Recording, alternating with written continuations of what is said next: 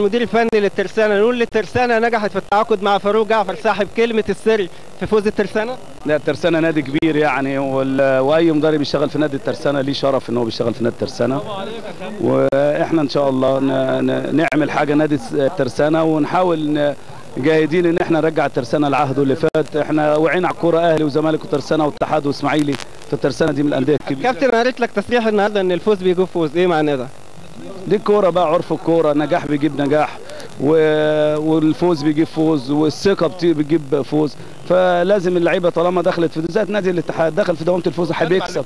النادي الاهلي يخش في دوامه المكسب هيكسب. الانديه ما بتخش المكسب بيمشي يعني عموما الدنيا ما بتمشي واحد بتمشي.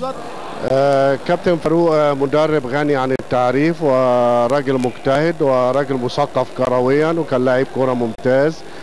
واحنا كمجلس اداره انا وزملائي عندنا طموح وعندنا نظره للمستقبل، وعايزين نبقى فرقه كويسه، وعايزين نرجع امجاد الشواكيش، والحمد لله احنا ابتدينا يعني. النتيجه الكبيره دي والمكسب ده والثلاثه بونت ده الحمد لله يدونا دفعه، والحمد لله انا بقالي من اول هدفين ليا في الدوري الحمد لله فكيت النحس النهارده. الهدف الاولاني كان تمريره من هاني حسن، الحمد لله حطيتها ربنا وفقني فيها، وحطيتها بوش رجل الخارجي جف البعيده، والهدف الثاني شوطه طبت في الارض وخبط في ايد الجون ودخل يعني الحمد لله.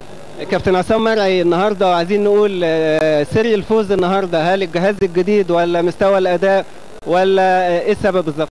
لا والله هو سر الفوز النهارده الحمد لله هو الاستقرار، يعني استقرار شامل مجلس اداره برئاسه المهندس حسن فريد، في دعم وفي مسانده غير عاديه بصراحه، وانا بحييهم من هنا مجلس اداره فعلا المسانده قويه ديت.